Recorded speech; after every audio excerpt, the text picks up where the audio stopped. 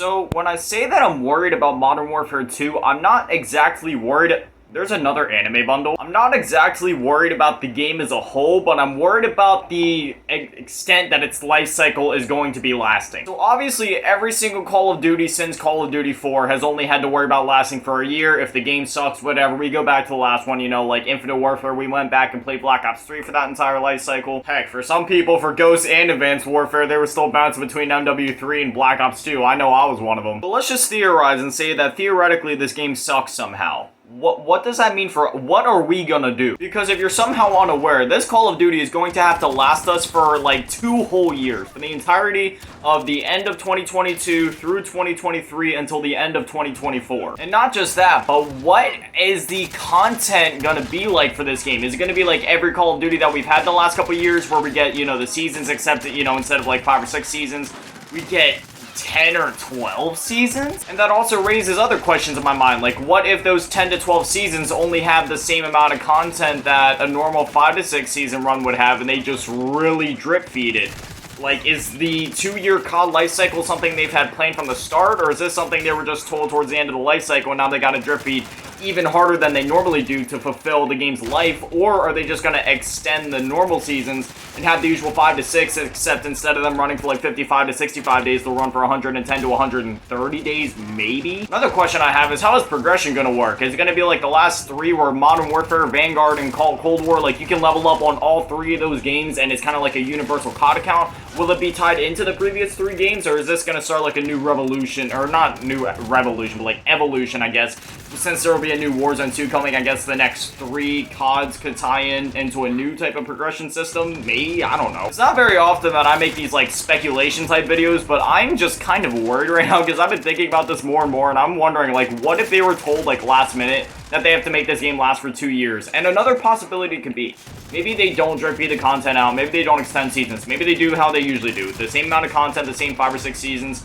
and then the next year they kind of do what they've been doing for the last couple CODs, where they'll still support it into the next year, just won't be as frequent like normal seasons. Like maybe it'll just be bundle drops here and there, or drop a weapon in there here and there, but it's not going to be like full-on seasons and maps coming left and right. Like, that's another possibility. I think this next Modern Warfare could benefit greatly, say, if they don't, for some reason, have enough content or don't have enough, like, manpower to get through an entire 2-year life cycle.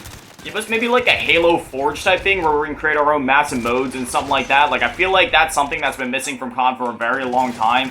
If this was a Treyarch game, I'd say go ahead and throw a zombies thing in there, but obviously it's not, so we just have like multiplayer, Spec Ops, and maybe even like something like Fortnite where you can create Battle Royale type modes just for you and your friends, or you can post them, and sometimes they'll even get like verified by Epic Games to become like a whole new thing. That takes me into something I've been wanting for Treyarch zombies for a very long time. Obviously they've had custom zombies since World at War, World at War and Black Ops 3 had the most prevalent custom zombies maps. Black Ops 1 and 2 had some, but it was only for those people that were willing to like mod their games to a serious extent.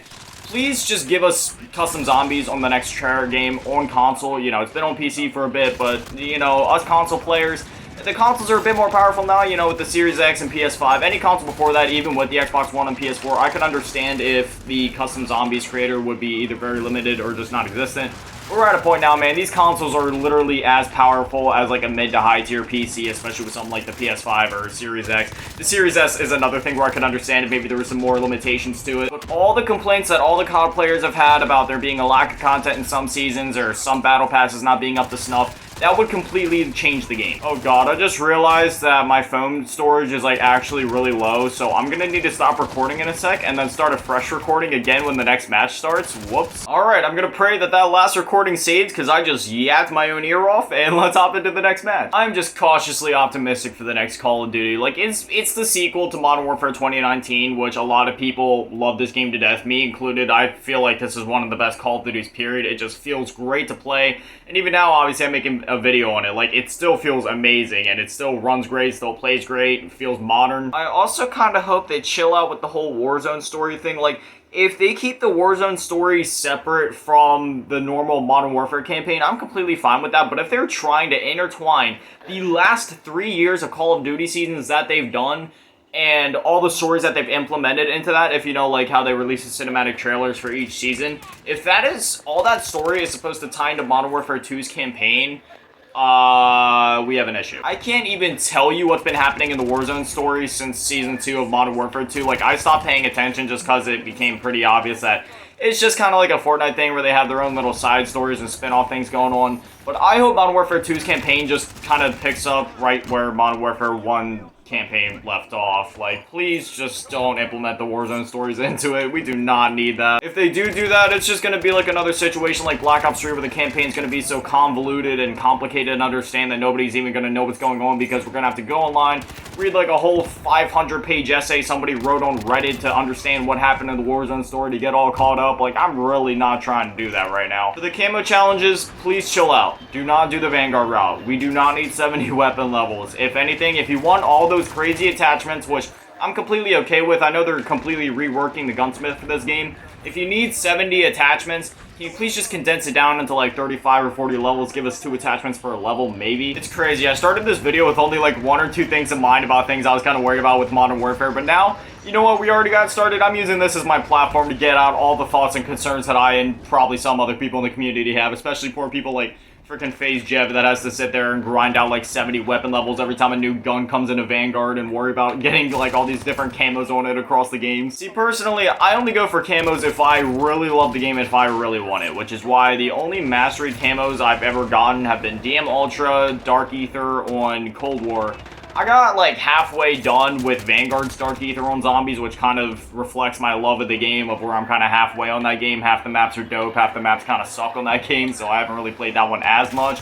Atomic Camo I didn't really even go for just because there's so many freaking weapons that you have to level up that I just kind of gave up on it. Because I use multiplayer in that game to level up my weapons, right? And at that point, I'm already burned out with that weapon. I'm like, dude, I've been using this for 70 levels. I don't feel like going anymore. I'm stopping. So, yeah, at that point, it's just more of a burnout thing. I just want to avoid getting burned out on the multiplayer. I'd rather keep it fun, because there was a point where I was almost completely burned out on Cold War, just because that DM Ultra grind, I'm not going to lie, I knocked it out in like a few weeks, and that totally burnt me bad. It's funny, we used to think that getting Dark Ether, or whatever it was called, what was Dark Matter on Black Ops 3 was such a big deal, dude.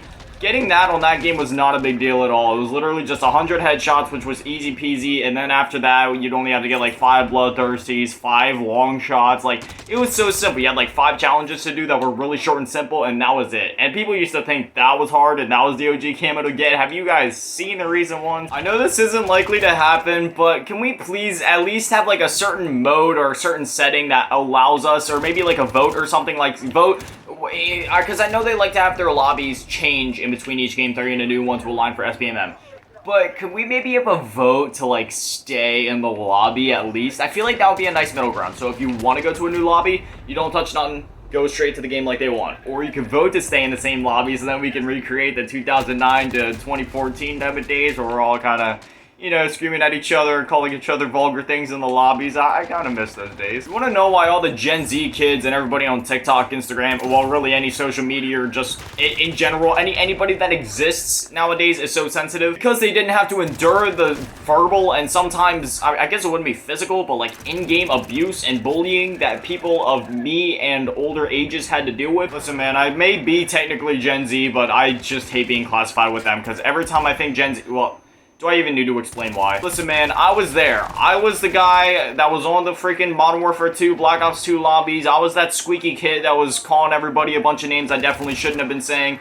I was also the one on the receiving end getting told that people would do horrible things to my mother and my siblings that I didn't even have at the time. I've heard it all. I've been told how many different ways I'm gonna be murdered, chopped up, or sexually interacted with. I've been called all the names in the books. I've been 360, 720, 1080, 1440, 360, no-scoped in the face on Rust. Okay, I've dealt with it all. That is why I have such thick skin, and that is why I just, nothing really affects me. I'm not sensitive. I don't really get offended by anything. And I feel like if other people endure that in a modern day setting, the world would be a much better place, and we wouldn't have so many, like, you know, Karens and just sensitive people out there. Oh great, somebody's gonna twist my words and be like, oh, he's promoting cyberbullying, everybody needs to cancel Grotesque. That is not what I said. You may think I'm being over dramatic. Even though I'm a smaller YouTuber, I've had some crazy things like that said to me. I have a serious rambling problem. I start a video with one topic in mind, and by the end of it, I forget why I even started recording or how in the first place. The game's almost over. I'm not sitting through any end screens. I'm calling it there. Well, anyways, I hope you guys enjoyed. Let me know all your thoughts on everything we discussed in this video. I can't even remember what I was saying at the beginning of it. As always, a shout out to the Patrons, Karma's Fave, Grandma, and Lubity Tap. Hopefully you guys enjoyed. Hopefully I'll see you guys back here tomorrow at 7. Oh, and before I let you guys go, oh wait, I actually changed my shirt before this. Okay, now I feel stupid. Anyway, before I was wearing my PlayStation shirt, I was wearing my old merch or whatever, but I changed my logo since then. It used to be a G with a broken heart, now it's just a G, you know, kind of rebranded because the broken heart doesn't really fit the branding anymore, I guess you could say. I made the broken heart part of the logo back when I was like a emo SoundCloud rapper, but now I'm a friendly YouTube guy, so that doesn't exactly work. Anyway, there will be new merch coming soon, so if that interests you, then just stay tuned. It should be out within the next couple weeks. Anyway, thank you for watching. Have an amazing day. Stay beautiful. I love you all.